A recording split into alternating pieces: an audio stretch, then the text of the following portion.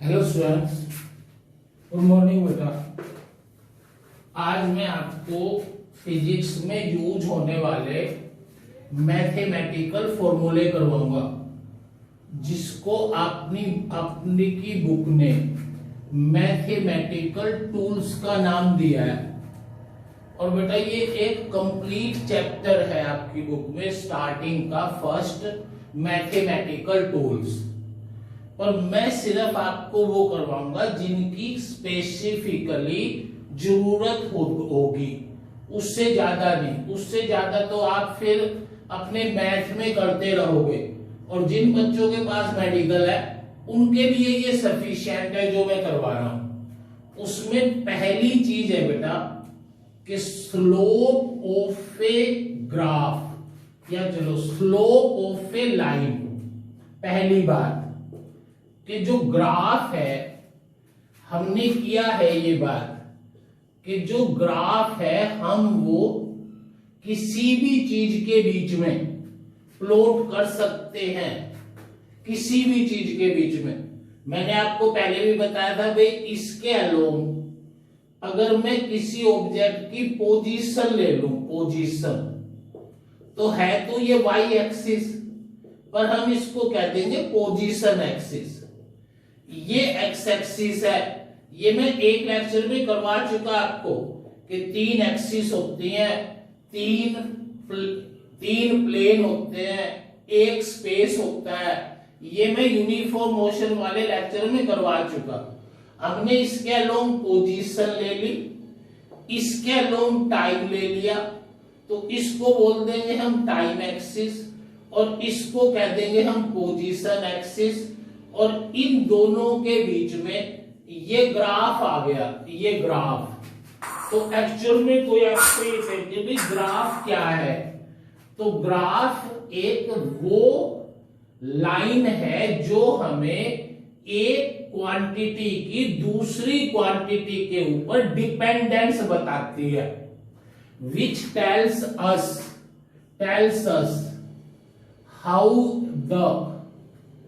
How a physical quantity, कोई भी physical quantity changes with another physical quantity, changes with another physical quantity. उनके बीच में उनका relation हम प्रूव करने के लिए दो चीजों के बीच में ग्राफ प्लॉट करते हैं। अब जैसे ये है भाई, मैंने इसको वाई एक्सिस ही ले लिया और इसको मैंने एक्स एक्सिस ही रख लिया, नाम ही नहीं बदले कि भाई इसके अलोंग क्या है, इसके अलोंग क्या है। तो इसके इन दोनों के बीच में ये जो ग्राफ बनेगा, ये ग्राफ, तो ये ग्राफ इस एक्स एक्सिस के साथ पॉजिटिव डायरेक्शन एक्स एक्सिस के साथ, नेगेटिव डायरेक्शन ऐसे है, इस पॉजिटिव एक्स एक्सिस के साथ जो एंगल बनाएगा थीटा, उस एंगल के टेंजेंट को हम इस लाइन का, ओ ए लाइन का स्लोप बोलते हैं। ये बात आपको याद करनी है कि slope of a line is the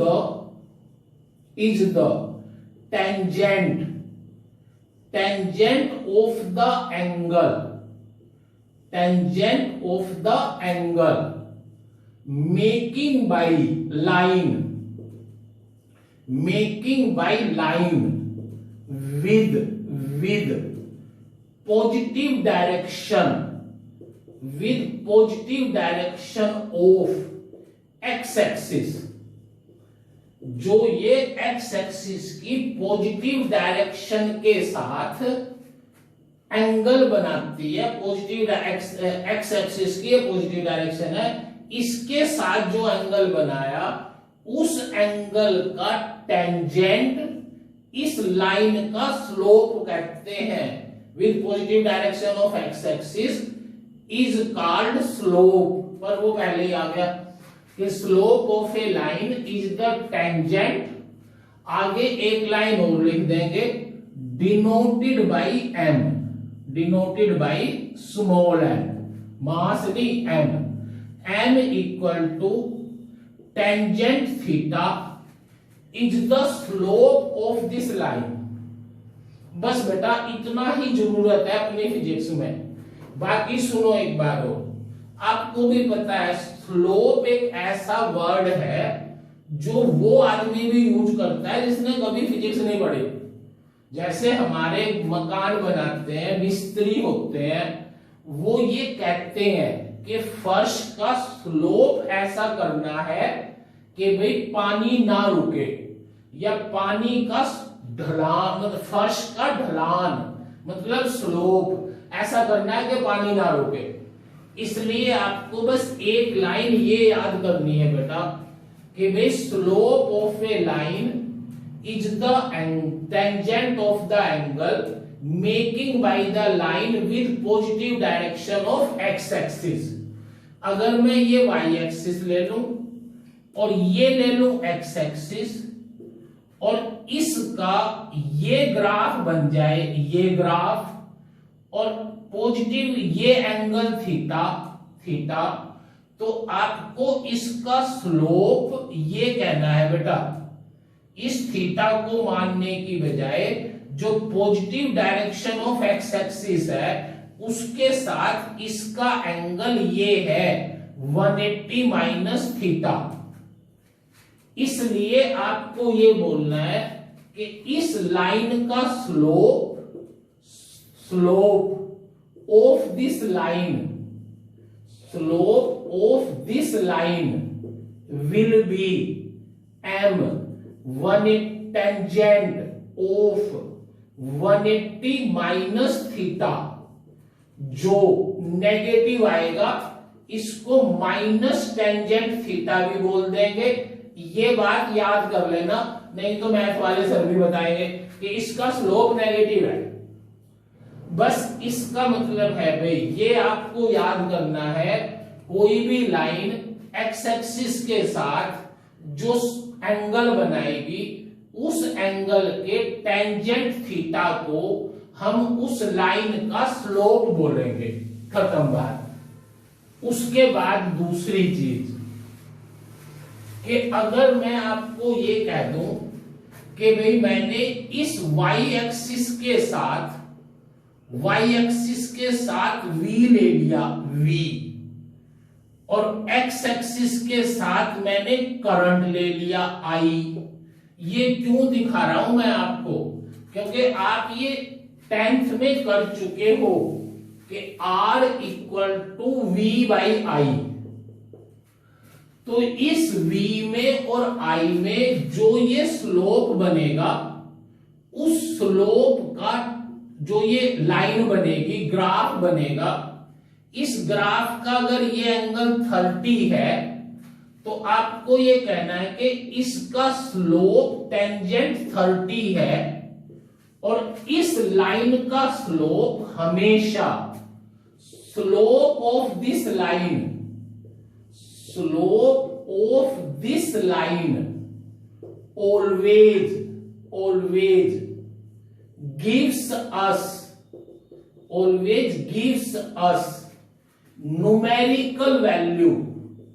always gives us numerical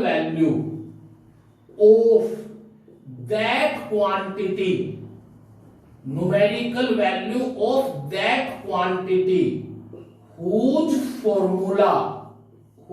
formula is V by I। ये बात ध्यान से देखो, y एक्सिस के अलोंग v लिया है, x एक्सिस के अलोंग I लिया है, ये इसका स्लोप हुआ, सॉरी बेटा ये ग्राफ हुआ। इस ग्राफ ने 30 का एंगल बनाया positive direction of x axis, तो इसका स्लोप हुआ टेंजेंट 30। तो आप एकदम उससे ये कह सकते हो कि भाई ये टेंजेंट 30 आपको वो वैल्यू देगा, वो क्वांटिटी देगा जो v बाई I से मिलती है, और v बाई I R है R। इसलिए आप इस क्वेश्चन में उसे 1 सेकंड में ये कह सकते हो कि इसका रेसिस्टेंस आर टेंजेंट 30 है, मतलब जिस रेसिस्टेंस के अक्रॉस V और I में ये ग्राफ बनेगा उस वायर का रेसिस्टेंस टेंजेंट 30 होगा, टेंजेंट 30। दूसरी बात, ये मैंने ले ली x पोजीशन, ये ले लिया टाइम, इसके बीच में ये एंगल बन गया 30। तो इस ग्राफ में बेटा y एक्सिस के अलोंग ली है मैंने पोजीशन, पोजीशन को दिखाया मैंने x से, इस x एक्सिस के अलोंग लिया मैंने टाइम t, इसके बीच में ये बना ग्राफ।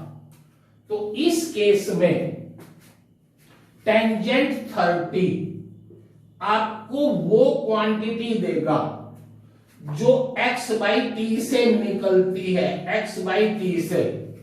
दैट में बी, अगर ये पोजीशन डिस्टेंस है तो ये स्पीड हो जाएगी, और अगर ये पोजीशन के अलोंग डिस्प्लेसमेंट है तो ये वेलोसिटी हो जाएगी। क्यों? x बाई टी से स्पीड और वेलोसिटी निकलती है। मेरी ये बात समझ आ गई ना? मैं सिर्फ ये बता रहा हूं आपको कि आप ये काम करके एकदम उससे ये बता सकते हो कि भाई इस केस में इस क्वांटिटी का वैल्यू ये है। जैसे मैंने इस y एक्सिस के अलोंग वेलोसिटी ले ली, y एक्सिस के अलोंग वेलोसिटी ले ली, x एक्सिस के अलोंग मैंने टाइम ले लिया, ये एंगल बन गया 45 का। तो इस ग्राफ का स्लोप क्या हुआ? टेंजेंट 45, और ये टेंजेंट 45 आपको क्या देगा? वो क्वांटिटी जो v बाई टी से मिलती हो, और v बाई टी से क्या मिलता है? एक्सेलरेशन। इसका मतलब अगर कोई v और t में आपको ये ग्राफ बना दे तो आप 1 सेकंड में कह दोगे कि भाई इसका एक्सेलरेशन टेंजेंट 45 मतलब 1 है। और देखो जैसे हमारा W है, F इंटू S होता है। अगर कोई आपको ऐसे क्वेश्चन आएंगे आपके, इसके अलोंग में वर्क ले लूं, वर्क, इसके अलोंग ले लूं मैं डिस्प्लेसमेंट, डिस्प्लेसमेंट S, ये ग्राफ बना दूं और ये कह दूं कि ये एंगल 60 डिग्री है, 60 डिग्री, तो आप एकदम कह दोगे कि m equal to tangent 60 degree वो क्वांटिटी है जो वर्क बाई S से मिलती है, and that is our force, force. इसका मतलब जिस मोशन के ड्यूरिंग या जिस हैपनिंग के ड्यूरिंग, जिस वर्क के ड्यूरिंग हम वर्क और डिस्प्लेसमेंट में कोई हमें ये ग्राफ बना दे, तो हम वर्क बाई एस से यहां से इसका स्लोप बता देंगे। I hope there is no problem in this case कि we can find out the any physical quantity which is ratio of these two with the help of slope of the graph between these two। बेटा एक इसमें ये दिक्कत आएगी कि जो मैंने ये बनाए हैं आपके, ये स्ट्रेट लाइन है, स्ट्रेट लाइन। अब अगर कोई आपको ये कह दे कि भाई इस x में और इस t में, मेरी बात समझना, y एक्सिस के अलोंग मैंने पोजीशन ले ली, that is x, x axis के अलोंग मैंने टाइम ले लिया, इसके बीच का ये ग्राफ बन गया, ये ग्राफ। अब इस ग्राफ में तो x एक्सिस के साथ एक एंगल है ही नहीं, अलग अलग पॉइंट पे अलग अलग एंगल है। इसलिए जब कोई ये कहे कि भाई इस पॉइंट पे वो क्वांटिटी बताओ जो पोजीशन बाय टाइम से निकलती है, वो क्या है? वेलोसिटी। तो find velocity at P, find velocity at point P. तो हम क्या करेंगे कि इस पी पॉइंट पे ये टेंजेंट ड्रॉ कर देंगे। देख, एक टेंजेंट वर्ड अलग है और एक टेंजेंट एंगल है। जैसे ही हमने इस पी पॉइंट पे टेंजेंट ड्रॉ किया, ये एंगल 30 डिग्री बना। इसलिए हम कह देंगे कि एट पी इंस्टेंटेनियस वेलोसिटी। मतलब क्यों भाई इंस्टेंटेनियस? कि इस पर्टिकुलर पी टाइम की है instantaneous velocity equal to tangent 30। बेटा मेरी बात समझो, अगर x और t में एक स्ट्रेट लाइन बनती है, एक स्ट्रेट लाइन, तो ये एक ही एंगल बनाएगी।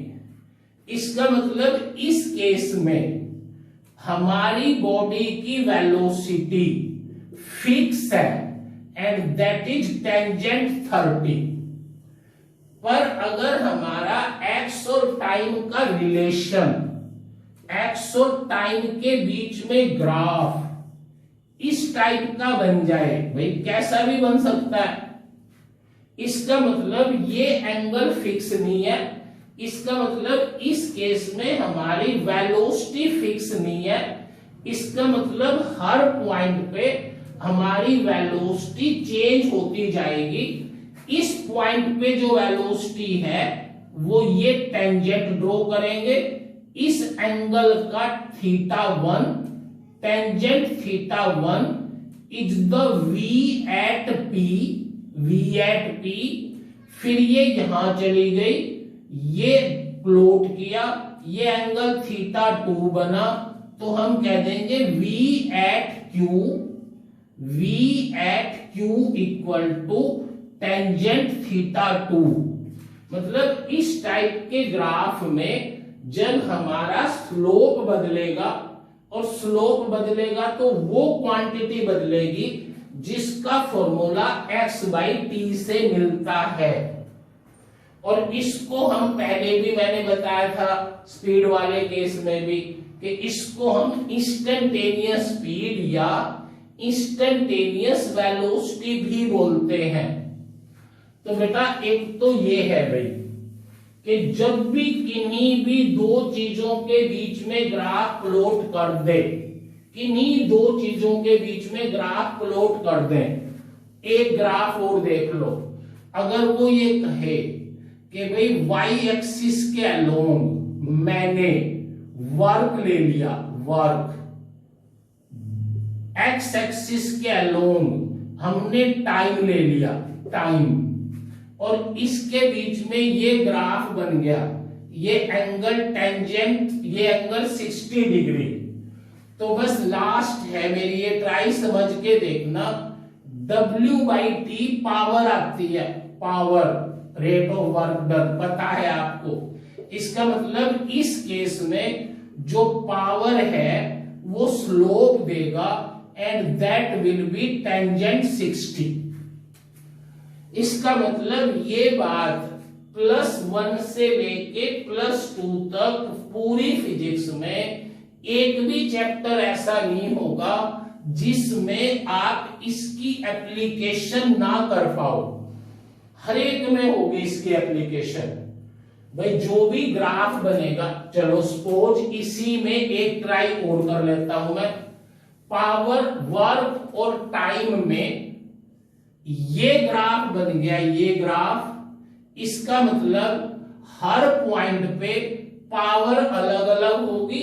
कोई हमें कहे इस पॉइंट की पावर बता, तो हम ये टेंजेंट ड्रॉ करेंगे और इस टेंजेंट के द्वारा बनाए गए एंगल का टेंजेंट ले लेंगे। So tangent θ1 is the power at P, power at P। Tangent θ2 is the power at Q, power at Q is equal to tangent theta 2। तो बेटा एक तो ये स्लोप हुआ, मैथ का जो हमारे जरूरत पड़ेगी हमें, बुक वाले ने तो पूरा एक चैप्टर भरा हुआ है, उसकी जरूरत नहीं है। स्पेशली मैथ वाले बच्चे उसे सारे को करेंगे, मेडिकल वाले बच्चों को इतना सफिशिएंट है जितना मैं करवा रहा हूं। दूसरा बेटा, दूसरी बात, अगर किसी भी फिजिकल क्वांटिटी के बीच में कोई ग्राफ आता है, सपोज मैंने ये फोर्स ले ली और ये ले लिया मैंने डिस्टेंस, और उसने इन दोनों के बीच में ये ग्राफ बना दिया, तो ये बात तो ठीक है कि भाई इस ग्राफ का स्लोप ये होगा और ये स्लोप f/s देगा, जो कुछ है ही नहीं। पर फिर भी अगर वो ये पूछ ले कि भाई ये टेंजेंट थीटा किसकी वैल्यू देगा, तो आप कह देंगे कि ये टेंजेंट थीटा मुझे उस फिजिकल क्वांटिटी की वैल्यू देगा जो f/s से मिलती है। अब मैं करवा रहा हूं आपको area under graph between P and Q, ये ले लेते हैं। चलो इसके अलोंग मैंने P ले लिया, हमें नहीं पता P क्या है। इसके अलोंग मैंने Q ले लिया और इन दोनों के बीच में ग्राफ ये आ गया, ये ग्राफ।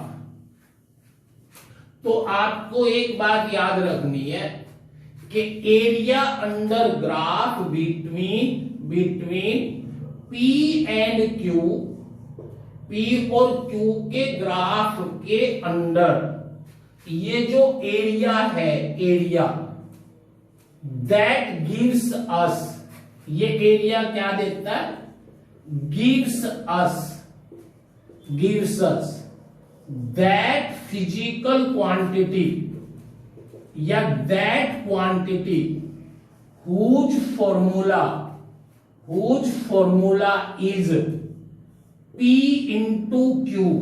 ध्यान से देखना, ये आपको P इंटू Q की वैल्यू नहीं देता। ये मैंने ये बात करवानी है आपको कि ये इसका एरिया इसके अलोंग P है, इसके अलोंग Q है, इसका एरिया आपको P इंटू Q की वैल्यू नहीं देगा, ये उस क्वांटिटी की वैल्यू देगा जिसका फॉर्मूला P इंटू Q है। मतलब P इंटू Q की वैल्यू नहीं दे रहा ये आपको, ये उस क्वांटिटी की वैल्यू दे रहा है जिसका जो P इंटू Q से निकलती हो। फॉर एग्जाम्पल एक और देखो, इसके अलोंग मैंने स्पीड ले ली, चलो छोड़ो स्पीड, इसके अलोंग मैंने टाइम ले लिया, टाइम। इसकी स्पीड 0 से बढ़ती 4 सेकंड में इसकी स्पीड 8 मीटर पर सेकंड हो गई, 8 मीटर पर सेकंड। मतलब this is the graph between speed and time, this is the graph between speed and time. ये ग्राफ आ गया। अब इसके अंदर जो एरिया है, एरिया वो तो ये है, ट्रायंगल है, ये एरिया ट्रायंगल है, तो इसका एरिया कितना निकलेगा, इसका एरिया वो निकलेगा 1/2 इंटू 8 इंटू 4।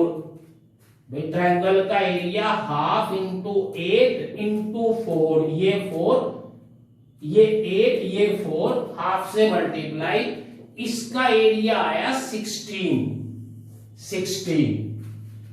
पर आपको ये लिखना है कि भाई इसका एरिया वो क्वांटिटी देगा जिसका फॉर्मूला स्पीड इंटू टाइम है।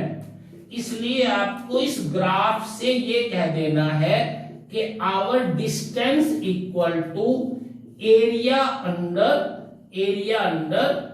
VT graph and that is equal to 16 metre.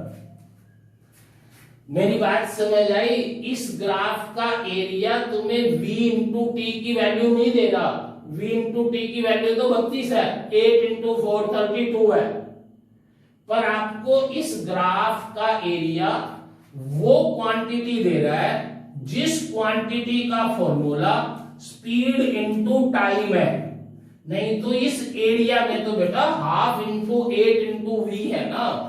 इसलिए आपको मेन ये बात याद करनी है कि किन्हीं भी दो चीजों के बीच का ग्राफ आपको वो क्वांटिटी प्रोवाइड करवाएगा जो क्वांटिटी उन दोनों के प्रोडक्ट से मिलती है। अब फॉर एग्जाम्पल हमें पता है कि अगर मैं आपको ये बोल दूं, और ये आएगा आपके सिलेबस में बहुत बार, एक बार नहीं दुनिया भर का है, कि इसके अलोंग हमने फोर्स ले ली, फोर्स, इसके अलोंग हमने वाई एक्स एक्सिस के अलोंग हमने डिस्प्लेसमेंट ले लिया, और इस फोर्स और डिस्प्लेसमेंट के बीच में ये ग्राफ बना। तो आपको इस ग्राफ का एरिया चाहे कैसे भी निकालना पड़े, इस ग्राफ का एरिया आपको वर्क डन देगा। Work equal to area under F and S graph, area under force and displacement के बीच, बेटा फोर्स वेक्टर है, डिस्प्लेसमेंट भी वेक्टर है, इनके बीच में जो एरिया बनेगा that gives us our work. क्योंकि आपको पता है वर्क का फॉर्मूला F इंटू एस है। अच्छा दूसरी बात, पावर का फॉर्मूला क्या है? आपको W इंटू टी है ना। आपको मिलेंगे ऐसे क्वेश्चन आपके सिलेबस में कि इसके अलोंग वो पावर ले लेगा, इसके अलोंग वो टाइम ले लेगा, ये ग्राफ बना देगा और ये कह देगा कि इस केस में वर्क डन निकालो। तो हम इसके ग्राफ के अंदर जितना भी ये एरिया है वो एरिया अंडर किसके बीच में भला? Area under P T graph, area under P and T graph क्या देगा हमें? Gives us work done. Area under PT graph gives us work done. बेटा ये देख लेना अच्छी तरह, इसके न्यूमेरिकल्स हैं बहुत सारे, पर अब हम यहां इसके साथ साथ न्यूमेरिकल नहीं कर सकते ना। इसलिए मैं तो सिर्फ ये बता रहा हूं आपको कि भाई जो जो फिजिक्स में चीजें यूज होंगी, एक तो स्लोप हो गया जो उन दो क्वांटिटी की रेशियो वाली क्वांटिटी देगा, एक एरिया हो गया, एरिया क्या देगा? जिनके बीच में ग्राफ है उन दोनों क्वांटिटी की प्रोडक्ट से जो क्वांटिटी मिलती है एरिया उसकी वैल्यू देगा। तो पहला तो केस ले लिया था मैंने स्लोप, और दूसरा ले लिया था area under graph, area under graph. अब बेटा थर्ड जो हमारी फिजिक्स में बार बार यूज होगा उसको देखो, ये आपको लिखना है rate of change of P क्या है इस पे नहीं जाना। Rate of change of P with respect to Q that is written as dp by dq। ये डेरिवेटिव है जो आप 12th के मैथ में करोगे, इसलिए यहां तो मैं इसको आपको क्रैम करवा रहा हूं कि भाई अगर आपको कोई ये कहते कि rate of change of P with respect to Q का मतलब क्या है, तो इसका मतलब है dp बाई dt। अब तुम ये कहोगे ये d क्या है, ये d क्या है, अरे छोड़ो भाई, बस ये याद करना है। dp by dt is the rate of change of p with respect to q, also called derivative. और डेरिवेटिव भी कौन सा, first derivative of p with respect to q। आपको इस बात को 2-3 बार लिख लिख के याद करना है।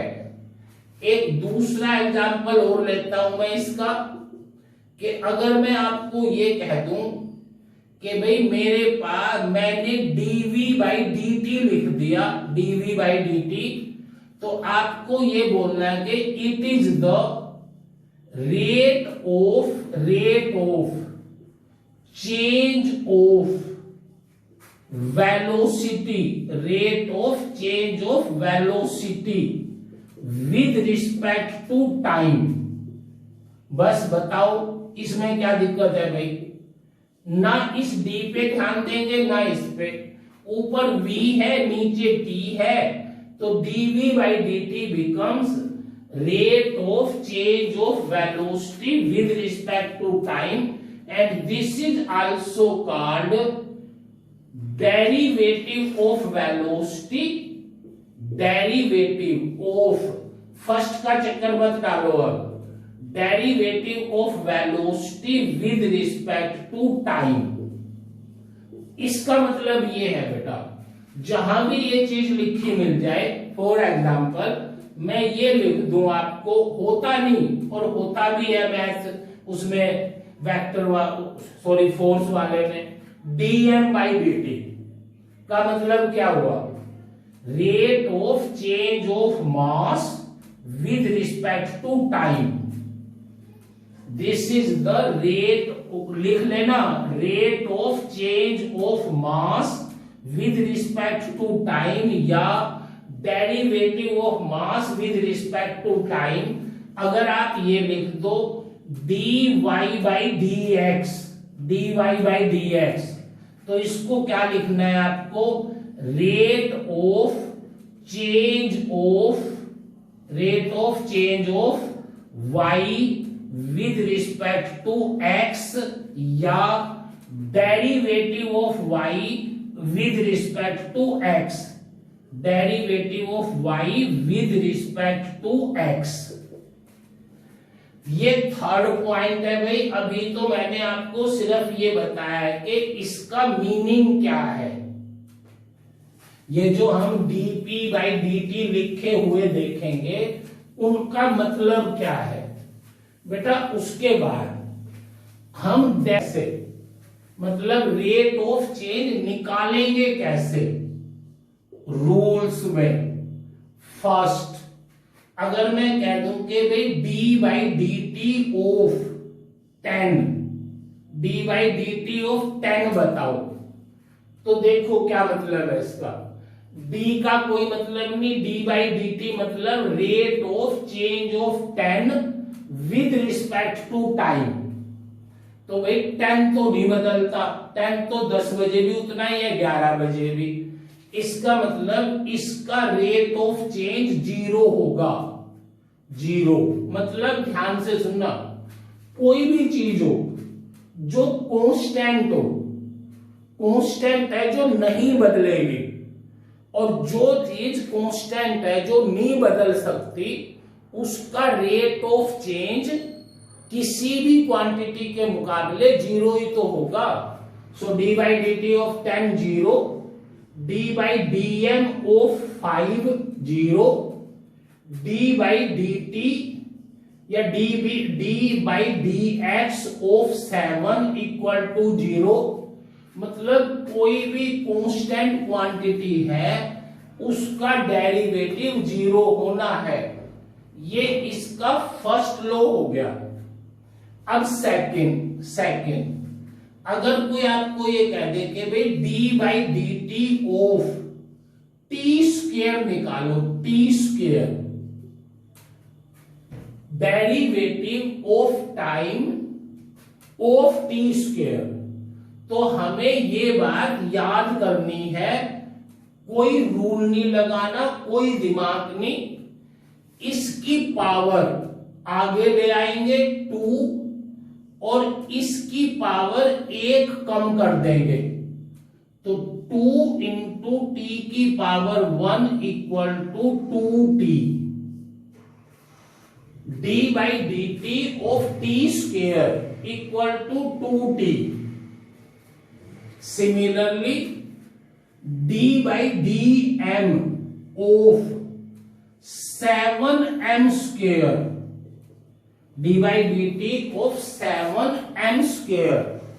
बेटा इस 2 को आगे ले आएंगे, 7 के साथ प्रोडक्ट हो जाएगी और ये बन जाएगा 14m की पावर 1 कम करेंगे, इट बिकम्स 14m। एक ये एग्जांपल दे दिया मैंने, एक ये दे दिया। डेरिवेटिव करना कैसे है, इसका डेरिवेटिव करना कैसे है, इसकी पावर को आगे लेके फिर इसकी पावर 1 कम कर देंगे। Third, D by D x of x, D by D x of x, आपको 1 लेना है। 1 कैसे आया, D by D x of x जिसकी पावर 1 है। अब दोबारा ये नहीं लिखना, डी बाई डी एक्स दोबारा नहीं लिखना, कि जैसे यहां पे नहीं लिखा, क्योंकि यहां पे हमने ये डी बाई डी टी इस टी स्क्वायर के ऊपर अप्लाई कर दिया। डी बाई डी टी इस टी स्क्वायर के ऊपर अप्लाई कर दिया कि इसकी पावर आगे ले आए और 1 पावर इसकी कम कर दी। ऐसे यहां पे 1 आगे ले आए और इसकी पावर 1 कम कर दी, तो 1 इंटू एक्स की पावर 0, किसी की भी power 0 equal to 1, so D by D X equal to 1, D by D T equal to 1, D by D J D S of S equal to 1, D by D M of M that is equal to 1। अब 4th point पे देखो कि भाई अगर मैं आपको ये कह दूं कि भाई D by D x of 7 x की पावर 4 इक्वल टू, अब डायरेक्ट अप्लाई करके देखना, 4 को इसके साथ मल्टीप्लाई कर दिया, 28 एक्स की पावर 3। बेटा D by D x of 7x4, 4 की इसके साथ प्रोडक्ट 24 x की power 3। This is the derivative के लॉज है जो हमने अप्लाई किए रूल्स में, ये सारे। अब एक चीज और याद करनी है, मतलब जो तुम्हें याद करना है वो बता रहा हूं मैं, बस जो फिजिक्स में ज्यादातर यूज होगा, कोई स्पेशल केस आएगा तो फिर देखी जाएगी। तो d by D x of sine x, sine x इसका बहुत यूज होता है। d by D x of sine x, d by d theta of sine theta, d by D T of sine T. क्या करना है, sign का derivative कोस होता है, इसे कोस एक्स, ये कोस थीटा, ये कोस टी। मतलब जहां भी आपको कहीं पे वो ये पूछ ले कि भाई कोस साइन का डेरिवेटिव बताओ, साइन का डेरिवेटिव, तो साइन का डेरिवेटिव कोस होगा भाई, ये आपको याद करना है। दूसरा याद करना है कि अगर वो ये कह दे कि D by D T of cos T, cos T, तो ये याद करना है कि ये होगा minus sine T. D by D T of cos T equal to minus sine T, D by D M of cos M equal to minus sine M, minus sine M. एक line की बात है, कोस का sign का derivative कोस और कोस का derivative minus sign. अगर मैं यहां पे ये लिख दूं कि भाई D by d theta of cos theta, तो आप कह दोगे it is after solving is minus sine theta, जिनका कोई एप्लीकेशन नहीं भाई, आपको क्रैम करनी है। अब एक चीज और बेटा, अगर मैं यहां पे ये लिख दूं कि D by D x of sine 5x, D by D x of sine 5x, तो देखो साइन का डेरिवेटिव कोस है, कोस, तो हम इसका डेरिवेटिव, साइन का डेरिवेटिव कोस लिख देंगे और इस पूरी क्वांटिटी को ऐसे ही लिख देंगे 5x। साइन का डेरिवेटिव कोस, यहां पे साइन 5x है तो ये हो जाएगा कोस 5x।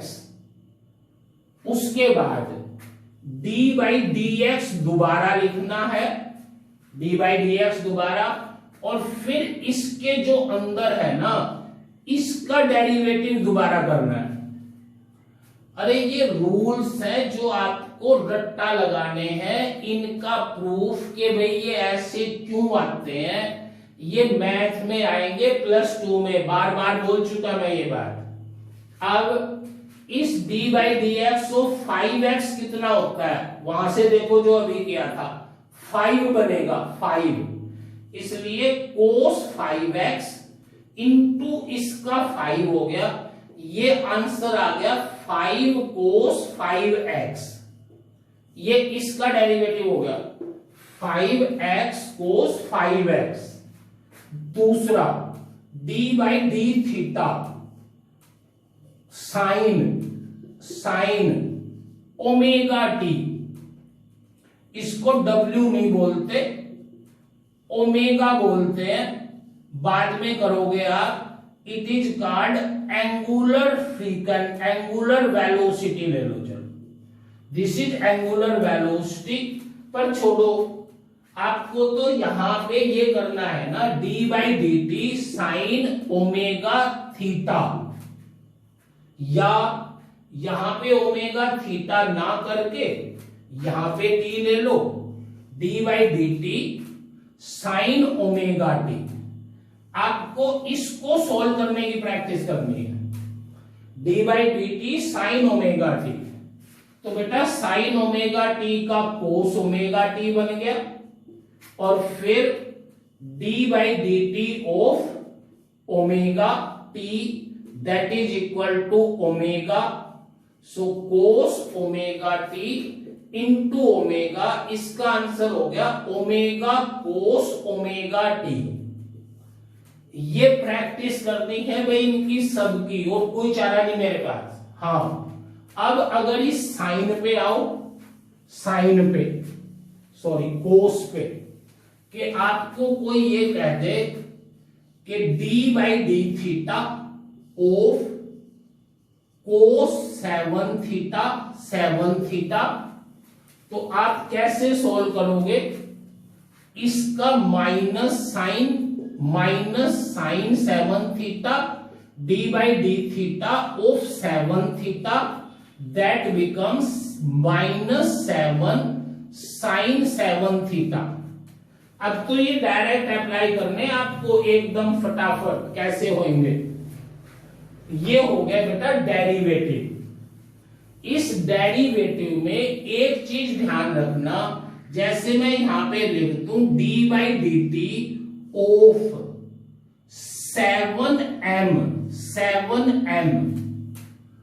तो भाई ये m इस t पे डिपेंड नहीं करता, कांस्टेंट है इस टाइम के विद रिस्पेक्ट, इसलिए 0।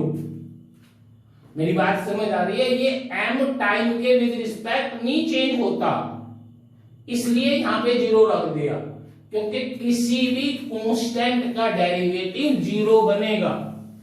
अब इस डेरिवेटिव का मैं आपको एक एग्जांपल देता हूं कि अगर वो ये कह दे कि if position of a body, position of an object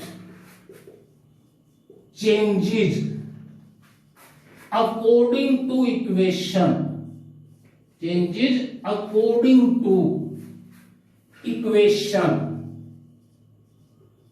x equal to T square plus 3t plus 7, या ये ले लो 3t square plus 3t plus 7, then find expression of, expression या equation of its velocity and acceleration.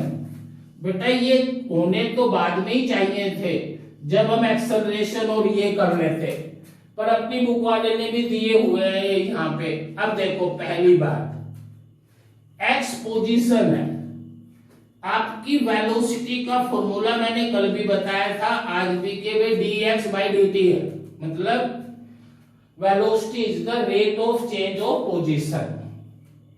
अब उसने हमें x की value क्या दी, 3t square plus 3t plus 7, ये x दिया हुआ है।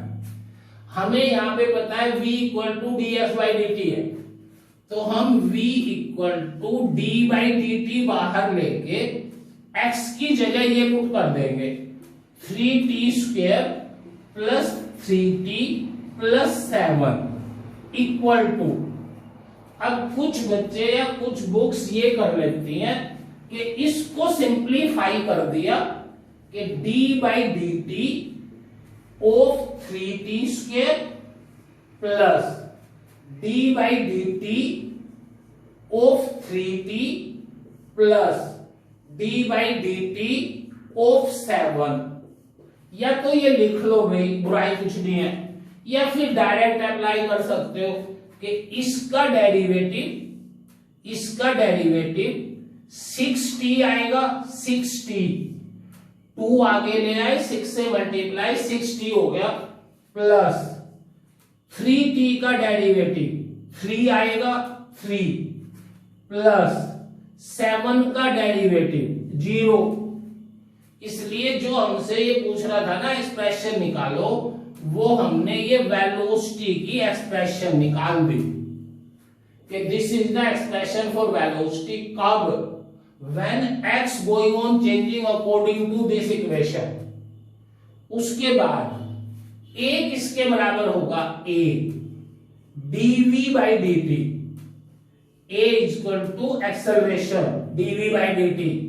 इसको d/dt बाहर लेके इस v की जगह ये रख देंगे 60 प्लस 3 इक्वल टू, फिर वैसे ही पार्ट्स कर दो या डायरेक्ट अप्लाई कर दो, 66 प्लस 0।